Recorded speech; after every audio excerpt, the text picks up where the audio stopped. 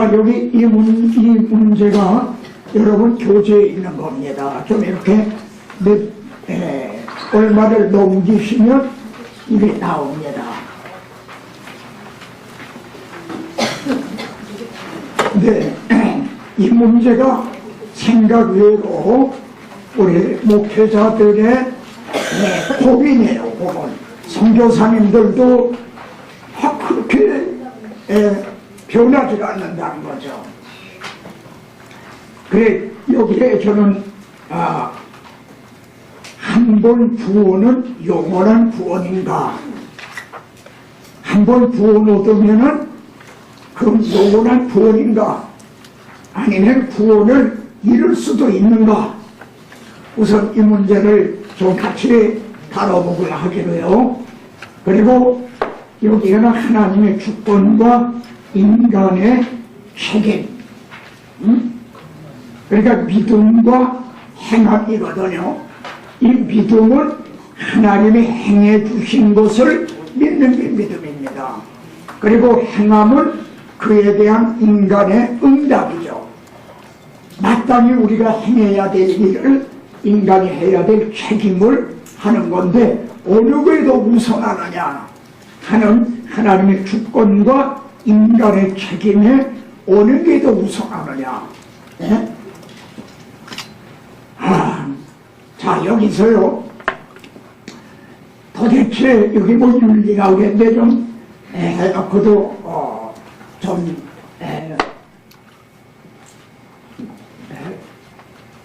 이제 아주 합당한 표현 같지는 않아요. 자, 한번 생각해 봅시다. 우리가 윤리니 뭐 소원이 뭐 이런 얘기를 하는데요. 우리 기독교인들하고 또 천주교 신자들하고 불교 신자들하고 그리고 전혀 믿지 않는 어떤 법조인들, 법관들이요, 뭐 학교 선생님들, 이런 분들을 이렇게 놓고 볼 때 어느 계층이 더 윤리적으로 이제 우월한가? 이런 문제가 좀 복잡해지지 않습니까? 그러니까 이 문제는요, 우선 성화 문제, 이거에 대한 경위부터가 좀 분명해야 되는데 이것이 여러분과 제가 보는 거하고는 좀 다른 것 같아요. 이 성화가, 성경이 말씀하는 이 성화가 뭘 의미하느냐. 지금 일반적으로 이 윤리니 성화니를 생각을 한다면요, 우리 기독교보다, 그러니까 복음을 증거한다고 하는 이제 예수 믿는 사람보다 말이죠, 안 믿는 뭐 법관들이나 말이지, 뭐 글쎄요, 다른 분들이 오히려 더 낫다고 말이에요. 우월하다라고 이렇게도 말할 수 있지 않는가? 그러면은 문제는 좀 곤란해지는 거 아닙니까? 도대체 이 성화가 뭐를 의미하는가?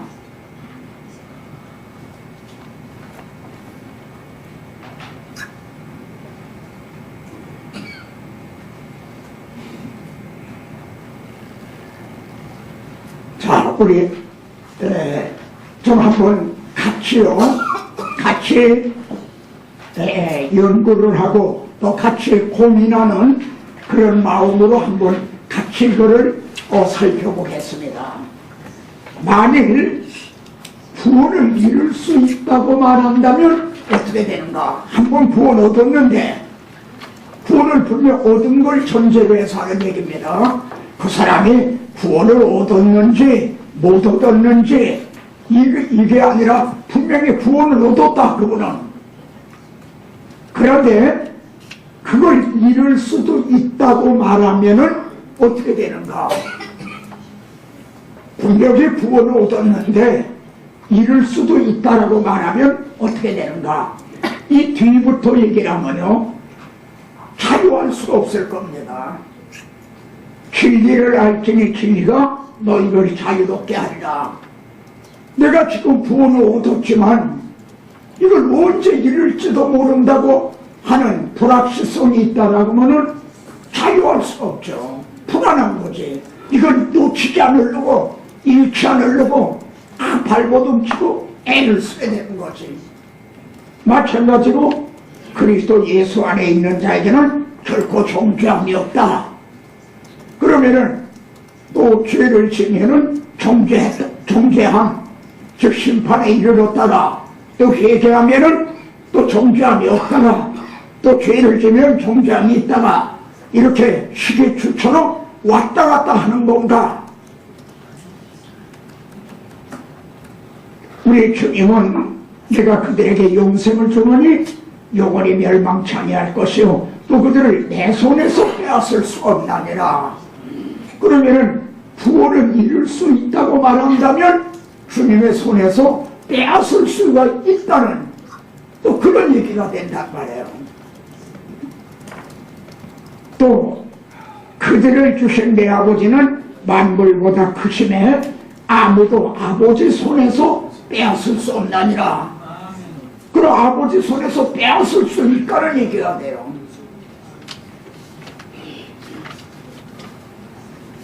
여기에 우리가 황금고리라고 하는 로마서 8장에 나오는 얘기입니다. 하나님이 미리 정하셨다.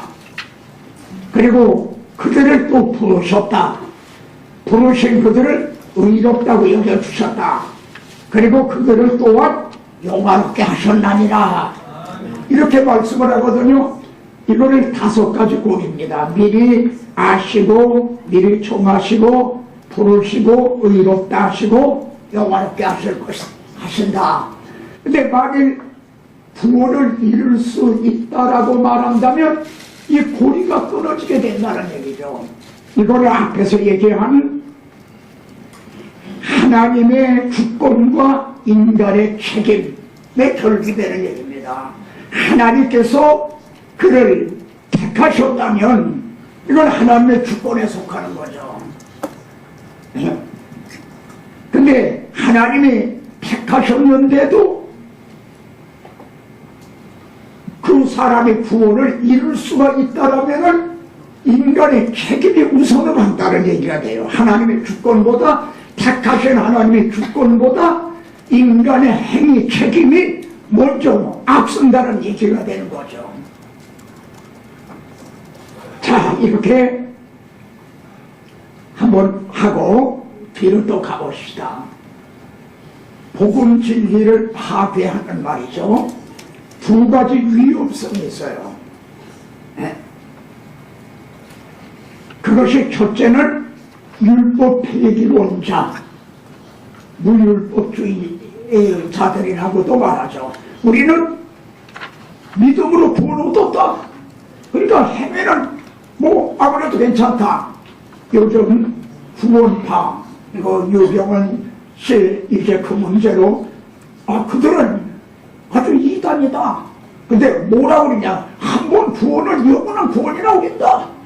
그래서 그 사람들은 행위는 뭐 아무래도 괜찮다고 그런다. 신문에서도 그리고 그래서 그들은 이단이다. 이렇게 얘기를 하거든요. 한번 구원은 영원한 구원이라고 그런다. 그럼 이거는 그 자체는 그럼 그 자체가 비진리란 말인가? 한번 구원받으면은 영원한 구원이라고 하는 그 진리 자체가 그러면 비진리란 말인가? 그건 그렇게 주장하는 거는 이단이란 말인가? 이게 민감한 문제일 수도 있고요. 그러니까 한번 같이 고민해 보십시다. 이 복음 진리의 위험성은요 2가지가 있는데 하나 율법 폐기론자예요. 이것이 이를 위해서 로마서 6장이 기록이 된 거예요. 사실 이거를 다루려면 로마서 강해를 해야 되거든요. 근데 이를 위해서 바울은 로마서 6장을 기록을 했어요. 바울은 앞에서 뭐라고 주장을 했느냐, 뭐라고 지금 증언을 했느냐. 그러므로 사람이 의롭다 하심을 얻는 것은 율법의 행위. 그러니까 율법이라는 거 빼버리고 행위에 있는 게 아니다. 믿음에 있는 거다 이거예요. 예? 행위에 있는 게 아니라 믿음에 있는 거다. 이렇게 주장을 했어요. 또 할례자도 믿음으로, 무할례자도 믿음으로 의롭다 하신다는 거죠. 그러면 여기에서 어떻게 보면 위험천만하잖아 이 말이. 그러니까 바울도 그걸 알았어요. 그래서 3장 마지막에서는 그런즉 우리가 믿음으로 말미암아 율법, 그 행위를 이제 아무래도 괜찮단 말이냐? 율법을 파기하느냐? 그럴 수 없나니라. 그럼 또 뭐냐 이거야? 율법을 지켜야 된다는 말 아니냐? 도리어 율법을 굳게 세우느냐라 이렇게 말하거든요. 그러니까 이 말씀을 여기에는 또 두 가지가 있다고 할 수가 있어요. 그러니까 인간의 책임이 있고 또 하나님이 해주신 일이 있고 인간이 한 일이 있는데, 먼저 하나님이 행하신 걸 생각해 봅시다. 하나님은 우리를 믿음으로 의롭다함을 얻는 복음을 주실 때 율법을 폐하고 주신 게 아니다 이거예요. 율법은 간음 현사에서 끌려온 여자를 돌로 쳐 죽여라. 율법은 그렇게 돼 있거든요. 그리고 율법은 법대로 법관이 법을 집행하지 않습니까? 그렇듯이 몇 조에 의해서 법대로 하라 이거야. 이렇게 율법은 요구를 하거든요.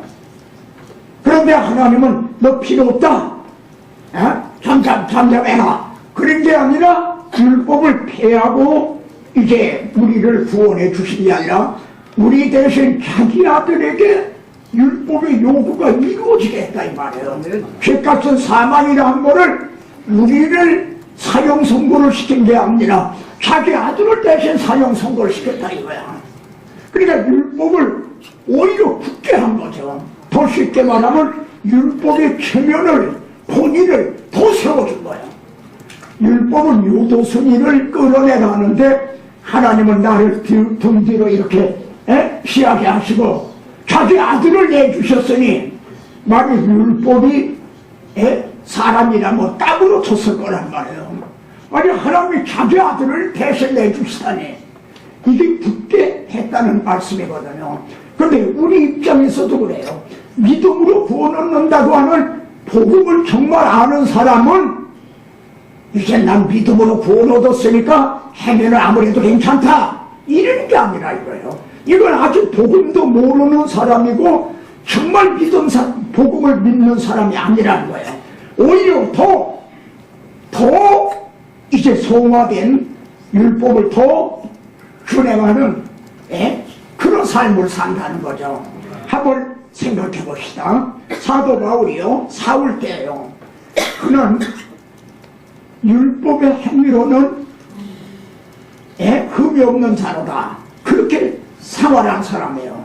그런데 예수 그리스도를 믿음으로 의롭다함을 얻었단 말이에요. 그러니까 바울이 나는 그 전에 이것도 모르고 그렇게 애를 썼구나. 이제 믿음으로 의롭다함을 얻었으니까 이제는 행하면 아무래도 괜찮다 그랬겠습니까? 아니면 그 전보다 더 성화된 삶을 살았겠나요? 그걸 생각을 해보시죠. 전에 율법 하에서도 그는 다 지켰다 이거야. 흠이 없다 이거야. 그렇게 주장하던 바울이 그리스도를 만나고는 난 이제 믿음으로 의롭다함을 얻었으니까 행위라 아무래도 괜찮다.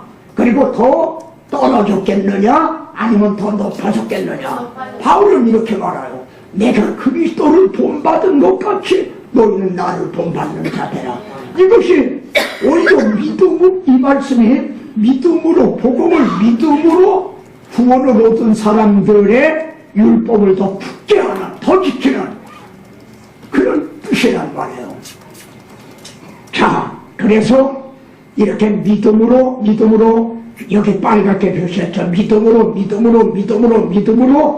이렇게 주장을 하고 로마서 5장에 와서요, 율법에 들어온 것은 이 들어왔다는 말이 개정에는 가입으로 돼 있어요. 그러니까 율법을 뛰어넘다는 거예요. 하나님은요, 하나님께서는 율법을 먼저 주시질 않았어요. 복음을 주시고 또 복음을 주셨는데 여자의 우선을 이제 통해 뱀의 머리를 상하게 하겠다. 그리고 아브라함에게도 내 자손으로 말미암아 천하 만민이 복을 얻으리라. 이거 지금 모세 율법 주시기 전에요. 그러니까 복음을 먼저 주신 거예요. 갈라디아서에 보십시오. 아브라함에게 복음을 전하셨다. 그렇게 나와요. 3장에. 그러니까 복음을 먼저 주신 거예요. 그리고 그 언약하신 대로 복음이 나타난 거죠. 복음에는 하나님의 의가 나타나서 하고 나타났다 이거야. 근데 복음을 주시고 복음이 이루어진 그 사이에 율법을 끼워넣으셨다 이거예요. 율법이 가입이 됐다 이거예요. 무슨 얘기인지 이해가 됐어요? 네. 가만히 계시니까는 내가 답답하죠.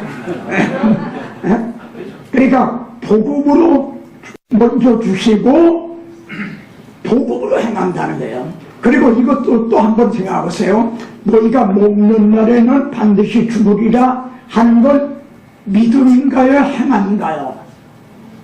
그걸 행함에 속하는 건가요? 믿음에 속하는 건가요? 그걸 행함인 거죠.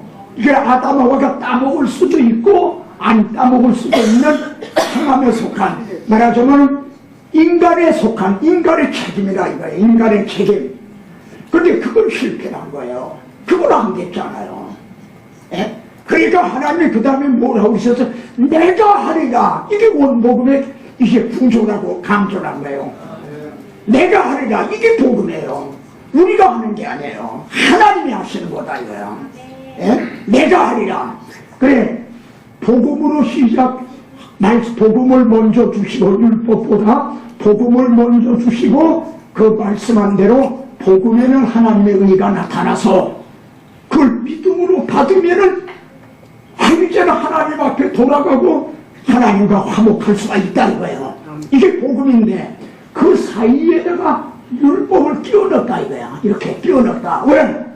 율법에 대해야만 죄를 깨닫고 죄를 모르면 하나님이 주신 은혜를 모르기 때문에. 예?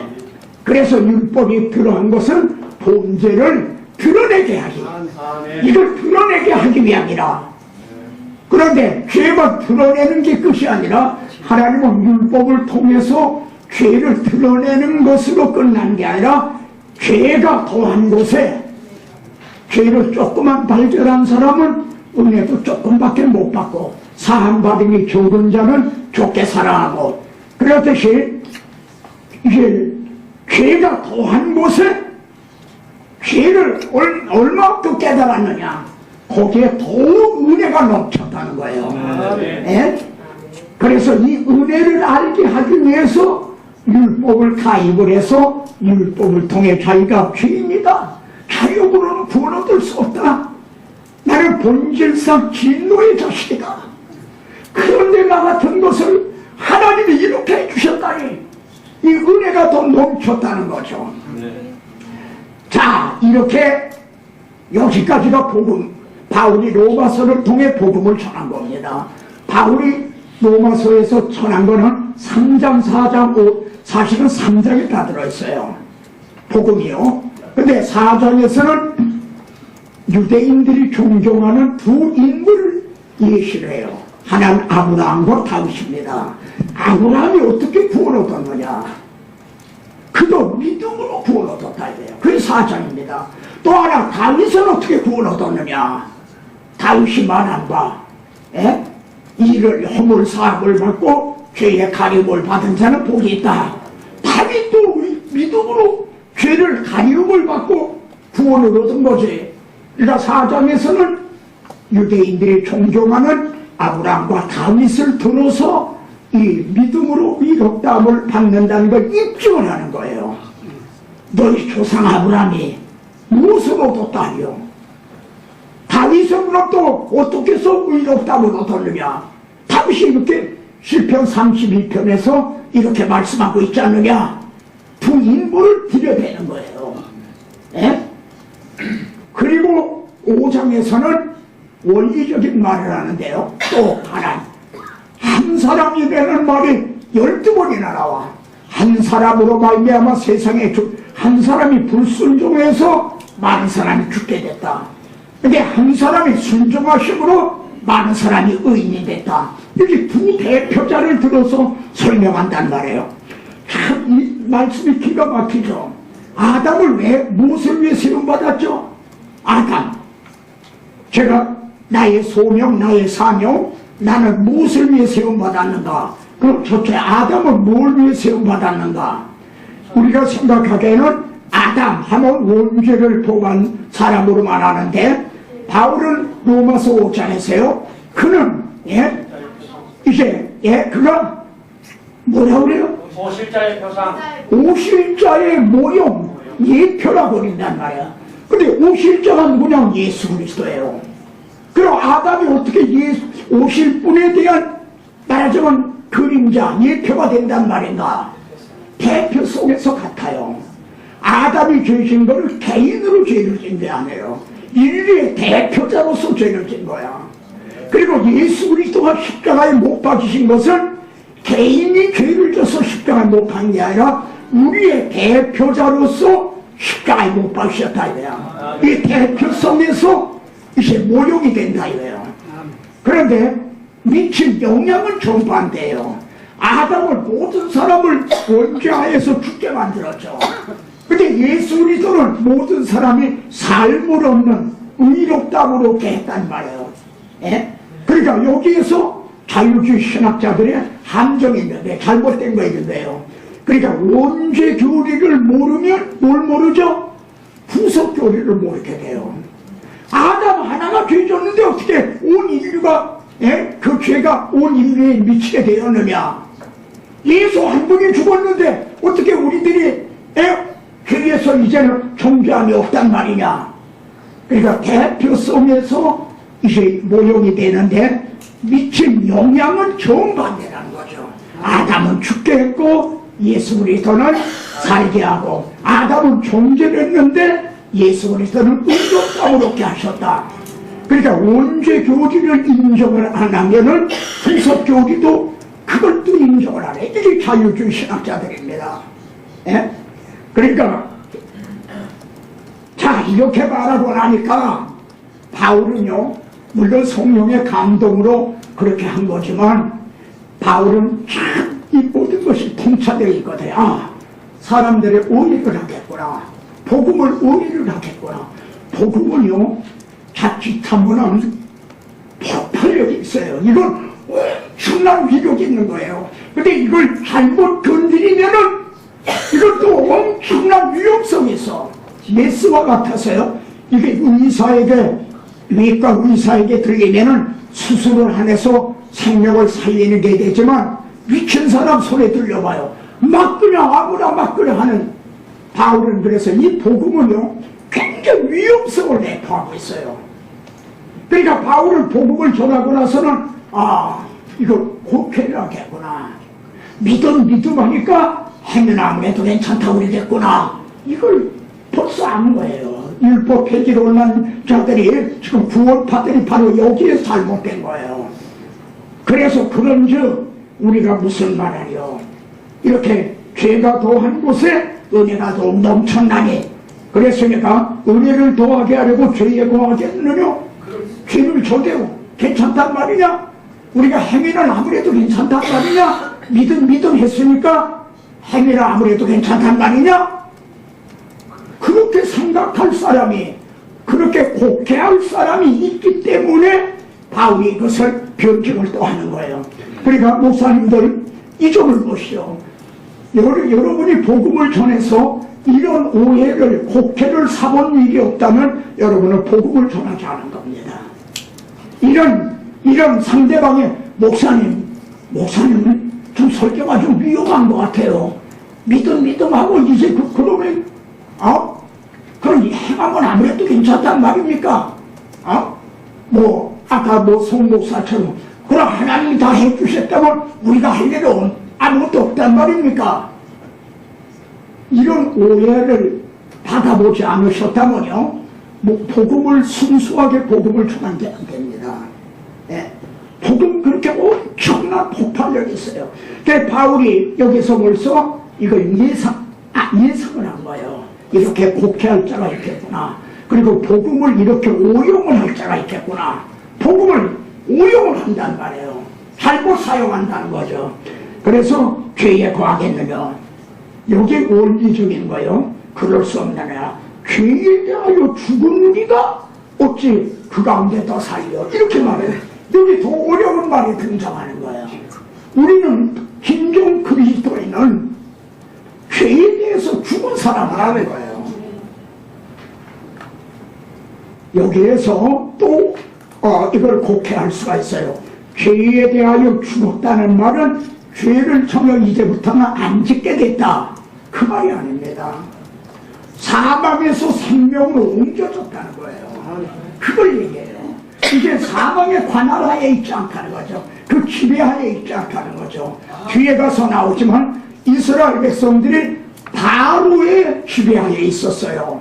바로의 노예였죠. 시키는 대로. 그런데 이들이 홍해를 건너서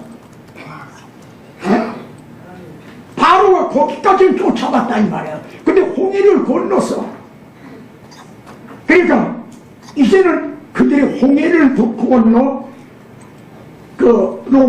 고린도전서 10장에서는 홍해 동화를 세례로 그렇게 이제 해석을 하고 있거든요. 그러니까 세례를 통해 바로에게 속했던 옛날 노예였던 그들은 죽었다 이거야. 그리고 새로운 것으로 태어났다는 거죠. 이게 죄에 대하여 죽은 우리가. 이걸 좀 더 우리가 보겠습니다. 기독교 윤리의 원동력은 말이죠. 왜 윤리가 윤리에 실패하는가? 왜 소마가 뒤따르지 않는가? 원동력은요, 그리스도 안에서 우리는 이미 죽었다는 얘기예요.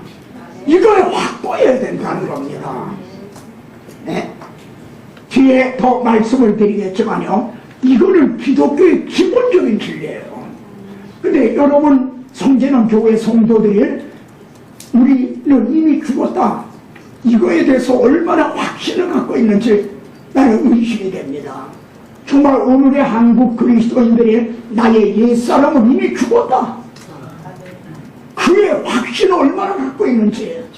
근데 이거는 고급 교리가 아니다는 거예요. 고급 교리, 높은 교리가 아니라 기본적인 교리다 이거예요. 이거는. 근데 이거를 전해주질 않은 거죠. 이걸 모르고 있는 거지. 뒤에 가서 보겠습니다. 그러면은 우리가 알거니와 우리 옛사람이 예수와 함께 십자가에 못 박힌 것은 더 어려워지네. 우리가 옛사람이 하는 거는 아담 안에 있었던 옛날 사람을 얘기합니다. 아담 안에서 모든 사람이 죽었다고 그랬잖아요. 그러니까 이게 원죄하에 있었던 우리 옛사람이 예수와 함께 십자가에 못 박혔다네. 그래서 죽었다네. 그러면은 우리가 어떻게 예수와 함께 십자가에 못 박혔다고 이제 주장을 하는가? 갈라디아서에 보면요, 내가 그리스도와 함께 십자가에 못 박혔나니. 바울은 로마서에서만이 아니라 갈라디아서에도 그렇게 말하고 있어요. 또 여기 보면은 생각한데 한 사람이 모든 사람을 대신하여 죽었은즉 모든 사람이 죽은 것이다. 우린 이미 죽은 것이다. 여기서도 고린도 교회에도 로마 교회 향해서도 갈라디아 지방에 있는 그들을 향해서도 고린도 교회를 향해서도 그렇게 얘기를 한단 말이에요. 그런데 골로새서에서도 그렇게 말해요. 골로새서는 바울이 개척한 교회도 아니에요. 바울의 얼굴도 몰라. 골로새서는 그렇게 돼 있잖아요. 바울의 얼굴도 못 본 사람들이야. 근데 그들에게도 너희가 세례로 그리스도와 함께 장사되고, 이게 아주 기본적인 진리라는 겁니다. 이건 바울이가 복음을 전해서 세운 교회도 아니에요. 골로새 교회는 바울의 얼굴도 모르는 교회예요. 그런데도 그들에게도 우리가 그리스도와 함께 장사되고 그 안에서 함께 일으키심을 이제 받았다는 거예요. 옛사람은 죽고 새 사람으로 태어났다는 거지. 그러니까 이거는 아주 기본적인 진리인데 그러므로 너희가 그리스도와 함께 다시 살리심을 받았으면 위의 것을 찾으라. 위의 것을 생각하고 땅의 것을 생각하지 말라. 왜냐하면 이는 너희가 죽었고 이미 죽었다는 거예요. 이거는 가만히 보니까 기독교의 기본적인 진리라는 거야. 근데 이 기본이 안 됐다는 거죠. 윤리지구에 왜 실패하느냐? 이 기본이 안 돼 있다는 거지. 그러면 이거를 쉽게 설명하는 거가 말이죠. 여기 지금 요단강은요, 홍해는 갈라진 다음에 건너갔잖아요. 근데 요단강은 몸에 거둘 때 아마 그 미리죠. 그걸 거둘 무렵에는 이 강둑까지 찰랑찰랑했다는 거예요. 몸에 거둘 때는. 근데 제사장들이 말이지 언약궤를 맨 사람이 그냥 막 들어간 거예요. 그러니까 이 세대들은 1세대들보다 오히려 믿음이 있었던 거죠. 갈라진 다음에 들어간 게 아니라 그냥 들어가니까 이게 갈라진 거예요. 그래서 제사장들이 여기에 언약궤를 메고 굳게 섰어요. 요단강 가운데. 그래서 백성들이 다 건너갔단 말이에요. 맨 마지막에 제사장들이 철수를 했는데 그때에 하나님께서는요, 애굽 쪽에 있던 돌을 12개를 이 강 속에 제사장들이 서 있는 그 마른 땅, 강바닥 거기다 세우라 이거야. 그리고 또 이 강바닥에 있던 돌 12를 여기에 길갈에다가 또 세우라는 거예요. 하나님이 이걸 뭘 의미하는가? 우리 옛사람은 애굽에서 바로의 노예였던 옛사람, 우리로 말하면 사탄의 노예였던 옛사람은 여기 장사가 됐다는 거야. 죽었다는 거야. 그리고 아주 장사 지냈다는 거야. 그리고 이제는 새로 태어났다는 거야. 이게 바울이 고린도후서에서 그리스도 안에 있는 자에게는 자는 새로운 피조물이라 이전 것은 지나갔으니 보라 새 것이 되었도다. 그래서 내가 오늘날 애굽의 수치를 너희에게서 떠나가게 하였다. 근데 이 떠나가게 했다는 거를 개역에는 굴러가게 했다. 길갈이 그런 뜻이거든요. 그러니까 다 물러가게 했다는 거죠. 이전 것은 지나갔다는 거죠. 이제 새 것이 됐다는 거지. 이건 기본적인 진리라는 거죠. 근데 오늘의 성도들은 이 기본도 모른다는 거지. 기초를 모르고 있다는 거죠. 바울은 이걸 말하면서 지금 이것이 그겁니다. 여기 제사장들이 바리선 곳에 돌 12를 세웠더니 그리고 또 요단 가운데서 돌 12를 택하여 자기들이 유숙한 곳으로 가져다가 거기에 두었더라. 이 그림자, 이 예표를 통해서 우리 옛사람은 이미 죽었고 새로 태어났다는 이걸 알아듣기 쉽게, 어린 유명주일학교 어린이들도 알아듣기 쉽게 우리에게 설명을 해 주시는 거죠. 그러면은 조금 더 나가봅시다. 그럼 우리 옛사람이 어떤 방법으로 죽었는가, 이것까지 설명을 해줘야 돼. 여기 바울 소식에는요, 그리스도 안에라는 말이 164배나 나와요. 이걸 가리켜서 엔 그리스도, 이게 바울 신학의 아주 그냥 한마디로 바울 신학을 요약한 것이 엔 그리스도입니다. 그리스도 안에 있다. 전에는 아담 안에 있었어요. 우리가 원죄에 있었죠. 아담 안에서. 근데 이제 그리스도 안에서 우리가 그리스도 안에 있게 됐다는 거지. 그러면 자, 다시 창세기로 돌아가서 잠깐 말씀드려볼게요. 하나님께서 창세기 3장 15절을 원복음이라고 했는데 그게 세 마디로 되어 있다고 그랬어요. 누구 한번 대답해 보십시오. 창세기 3장 15절은 세 마디로 되어 있다. 첫째는 여자의 후손과 뱀의 후손 둘로 갈라지리라. 제가 그걸 그냥 지나갔어요. 그런데 여러분 여기서 설명을 해보세요. 우리가 아담 안에서 아담 안에 아담의 자손이면 아담 안에서 우리는 다 뭐가 되죠? 뱀의 후손이 돼야 되는 거예요. 여자의 후손이 어디서 났어요? 우리는 다 다 아담 안에 있으니까 다 뱀의 후손이지. 힌두에 있는. 근데 여자의 후손이 그리스도의 줄기가 될 여자의 후손이 어디가 나와요? 바로 하나님의 택하심을 통해서입니다. 그 사랑 가운데 하나님이 택하셔서 우리가 여자의 후손이 되게 된 거예요. 내가 뭐 선하기 때문에 내가 무슨 의식적으로 그런 게 아니라 하나님이 그 많은 사랑 가운데 택하셔서 하나님의 은혜로 택하심을 따라 남은 자가 있다. 그래서 우리가 여자의 후손에 줄기에 든 건데, 참 보세요. 너희는 하나님께로부터 나서, 이게 하나님이 택하셨다는 거예요. 그래서 여기 대지상 기도해 보세요. 그들은 아버지의 것이 없는데 아버지가 택하셨으니, 하나님이 택하셨으니까 우리는 하나님 거였다는 거예요. 근데 그것을 내게 주셨으며 그리스도에게 주셨다 이거야. 하나님으로부터 나서 그리스도 예수 안에 있고 우리를 택하셔가지고요 예수 그리스도 안에다 집어넣어 주셨다는 거예요. 왜? 내가 택한 이들의 기회를 네가 대속을 하라 이거야. 그래서 그리스도 내게 주셨다 이거야. 예? 이해가 되십니까? 뭐 이거를 모르실 일도 없으시겠죠. 그래서 로마서에서는요, 지금 우리가 은혜를 더하게 하려고 죄에 거하겠느냐? 그럴 수 없나니라. 우리가 죄에 대해서 죽은 우리가 이렇게 말하는 로마서입니다.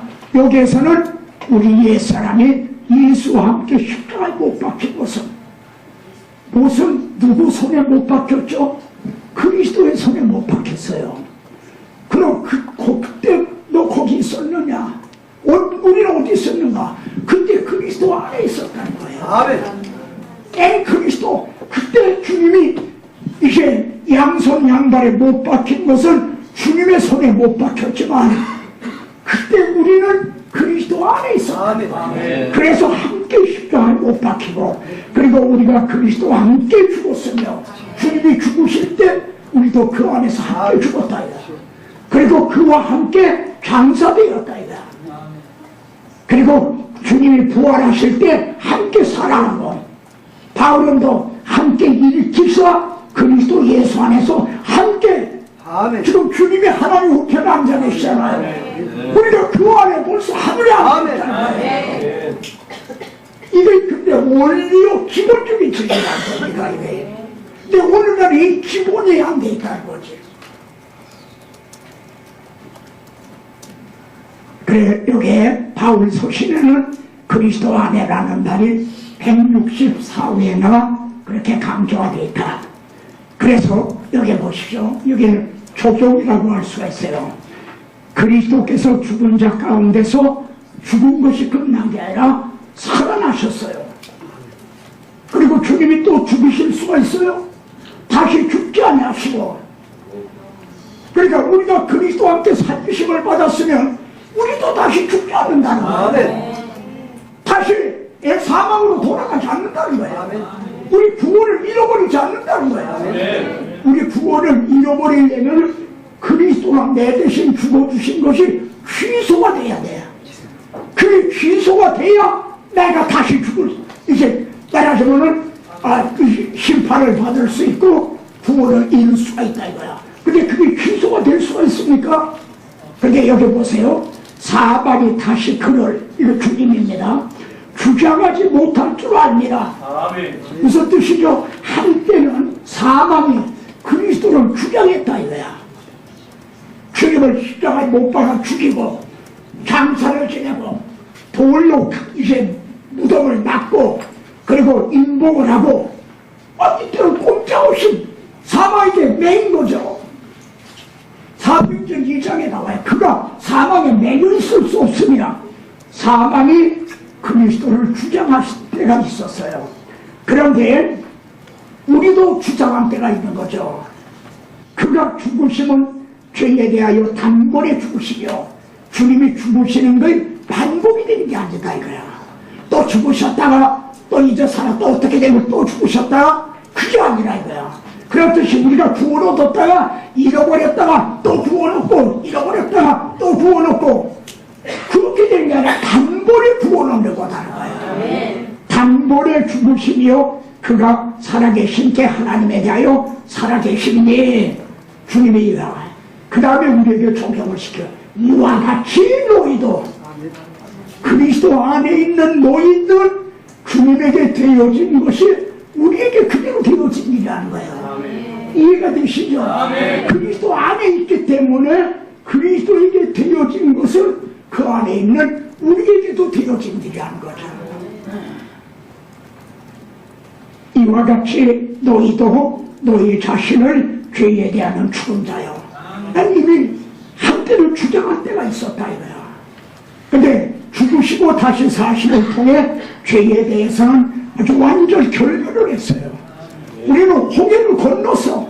그러니까 바로가 군사가 그러니까 사탄은 말이야 이 홍해 이쪽까지 쫓아왔어.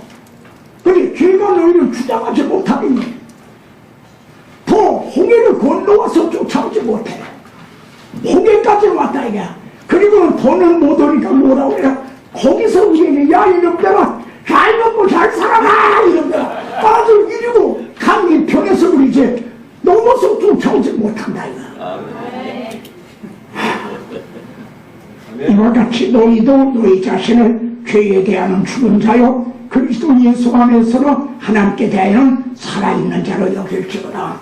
여길지어다 그랬어요. 이게 또 중요해요. 이것이 우리 옛사람이 죽고 이제 새로운 피조물이 됐다는 것이 어떤 체험으로 되는 게 아니라는 거예요. 이건 하나님이 해주신 우리를 택하셔서 그리스도 안에 집어넣으셔서 그래서 그리스도와 죽으실 때 함께 죽고 하나님의 계획 가운데 되어진 말하자면 하나님의 비밀이요 하나님의 기회였다는 거예요. 그것들을 여길지어다 믿는 거예요. 체험으로가 아니라 이건 믿음으로 받는 거예요.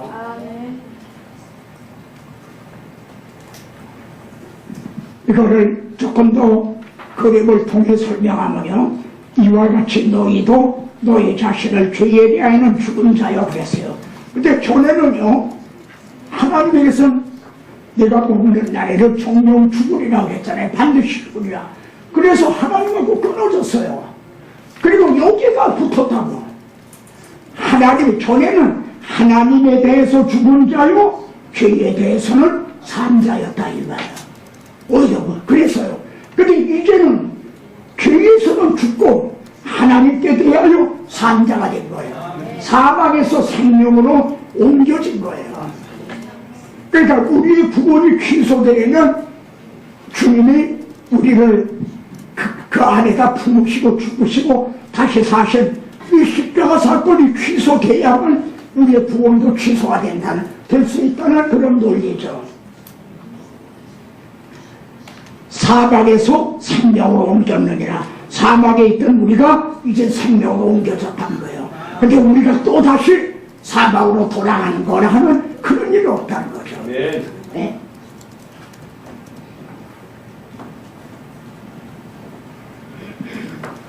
그러므로 너희는 여기 그러므로 이렇게 시작이 돼요. 로마서 6장 그 안에 쪽에는 그러므로 지금까지 내가 너희에게 전한 이 논리적인 말씀 이거를 너희가 이해를 했느냐 알아들었느냐 그러므로라는 말을 바로 이런 뜻이 여기 들어있어요. 내가 전한 말씀을 아담이 하나님이 전하는 말씀을 듣고 여보 당신은 하와요 생명이 오며 한 것처럼 지금 내가 너희에게 전한 것을 이해를 했느냐 인식을 했느냐 그렇다면 어떻게 우리는 어떤 삶을 살아야 되느냐 너희는 죄가 너희 죽을 몸을 지배하지 못하게 하여 질문이요 죄는 우리 죽을 몸을 이 몸을 지배할 수 있다 없다 예? 크게 지배할 수 있다 없다 없다? 있다. 죽을 몸을 지배하지 못하게 하여 하는 말은 지배할 수 있다는 거죠. 그러면은 우리들의 영을 지배할 수 있다 없다? 그건 없다는 거예요. 이걸 얘기하는 거예요. 그런데 우리가 다시 사망으로 돌아가거나 죄가 다시 죄의 지배를 받거나 하는 일은 없다는 거예요. 근데 우리 몸을 말이야 지배한다는 거예요. 그러니까 거듭나서 성령을 모신 사람도요, 이 손을 너의 몸을 지배하지 못하게 하여 몸의 사욕을 순종하지 말고 너의 지체를 입이나 손이나 발이나 말이야 불의의 무기로 죄에게 내주지 말고 죄에게 이용당하지 말라 이거야. 그래서 교회에서 이 입이라는 지체를 잘못 놀려서 얼마나 많은 사람들을 상처를 입히고 실종을 시키나 이거야. 근데 여기 무기라고 했어요. 그러면 자기는 피로 값주고 사십을 받고 성령을 모셨는데 죄 불의의 무기가 되면은 하나님의 나라를 공격하는 파괴시키는 거기에 쓰임을 받고 있게 된다는 거예요. 이거는 가능하다는 거예요. 그러니까 여기 이 말씀과 여기 봐요. 오직 너의 자신을 죽은 자 가운데서 다시 살아난 자 같이 하나님께 드리며 너의 지체를 의의 무기로 하나님께 드리라. 하나님께는 둘이 있어요. 드리라는 게 자신을 드리고 지체를 드리라. 근데 이 죄에게는 너의 불의의 지체를 주지 말라. 그러니까 질문이요, 우리 자신을 죄에게 내줄 수 있다 없다? 내줘서도 안 되지만 내줄 수도 없다는 거예요. 우리 자신은. 그러나 우리들의 몸을 사탄의 악용을 이용을 할 수가 있다는 거예요. 여기에 소화 문제가 결부가 되는 거죠.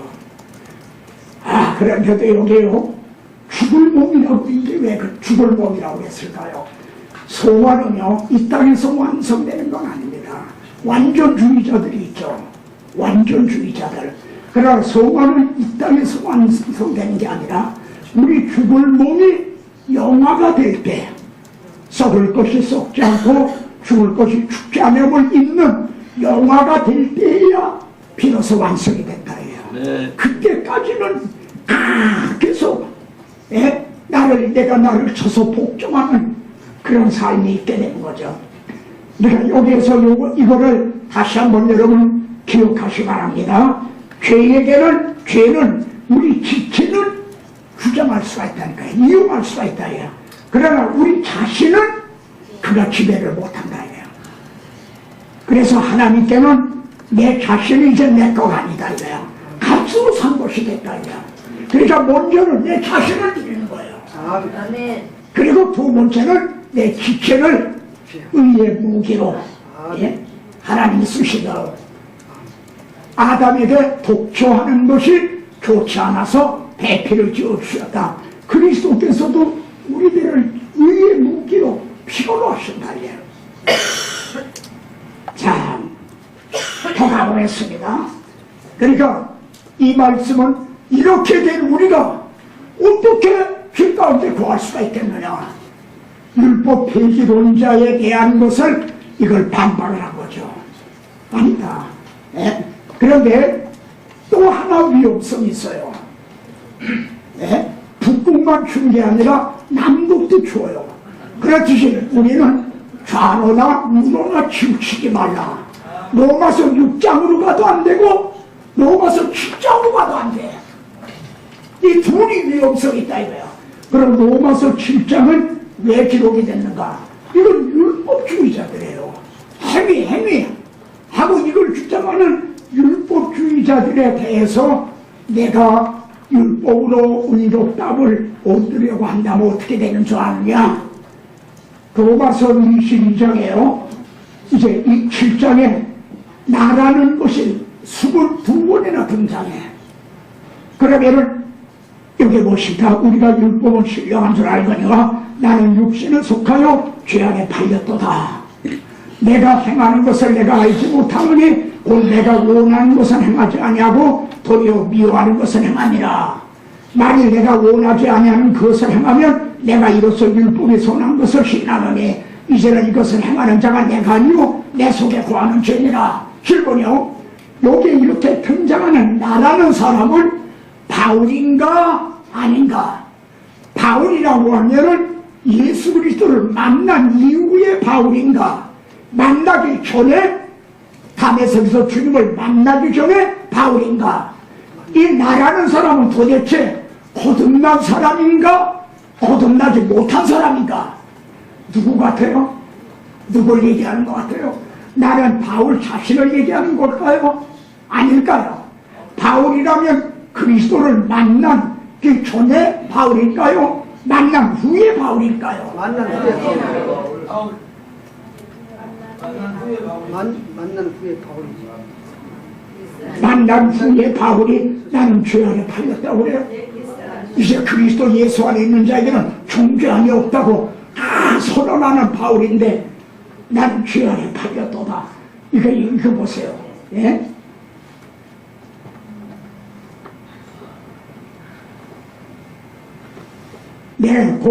내 육신에 선한 것이 거하지 아니하는 줄을 아노니 원함은 내게 있는데 원치 않는 것만 행해진다는 거죠. 내가 원하는 바 선행하지 아니하고 도리어 원치 아니하는 바 악을 행한도다. 만약 내가 원하지 않는 그것을 하면은 이건 내가 아니요 내 속에 이는 죄라는 놈이 있다 이거. 내 속에 있는 죄입니다. 그리고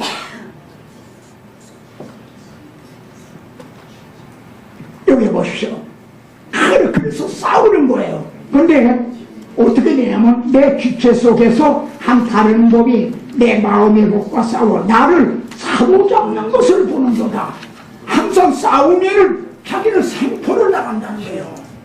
우리 사로잡는 걸 산채로 생포하는 거죠. 그래서 마귀에게 끌려간다는 거예요. 그럼 이게 또 주님을 만난 이후에 로마서를 기록을 하고 복음을 증거한 바울이란 말인가? 그건 아닌 것 같단 말이야. 그러면은 이 사람은 거듭난 사람인가? 거듭난 사람이 이렇게 존재감에 빠져 있나요? 나는 죄 안에 팔렸도다. 나를 사로잡는 걸 보는도다. 그러면은 거듭나지 않은 사람인가? 거듭나지 않은 사람이 이렇게 마음으로 죄를 짓지 않으려고 몸을 치나요? 그것도 아니란 말이에요. 그러면 여기 보십시오. 로마서 7장은요 바울이냐 바울이 아니냐, 거듭난 사람이냐 거듭나지 못한 사람이냐, 우리는 그런 호기심을 가지고 대하려고 해요. 근데 바울은 이것을 주장하려고 로마서 7장을 기록한 건 아니에요. 로마서 7장을 기록한 목적이 여기 나와요. 예? 이러므로 이제는 우리가 얽매였던 것에 대하여 죽었으므로, 여기 죽었다는 말이 나오죠. 율법에 얽매여 있었어요. 아무리 지키려고 해도 지킬 수가 없어. 그러니까 율법에 늘 정죄를 당하고 이제 거기에 율법에 이제 얽매여 있었다. 근데 그리스도와 함께 우리 옛사람이 죽음으로 거기서 벗어났다, 해방됐다 이거예요. 그러니까 어떻게 해야 돼요? 영의 새로운 것으로 섬길 것이요 율법 조문에 묵은 것으로 아니할 것이라. 그러면요 로마서 7장 사람은 둘 중에 어느 것에 해당이 되죠? 무엇으로 섬기려고 하는 거죠?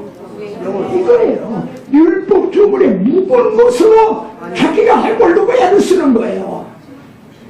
그래서 로마서 7장에 22번이나 나는 등장하지만 성령이 여기는 없어요.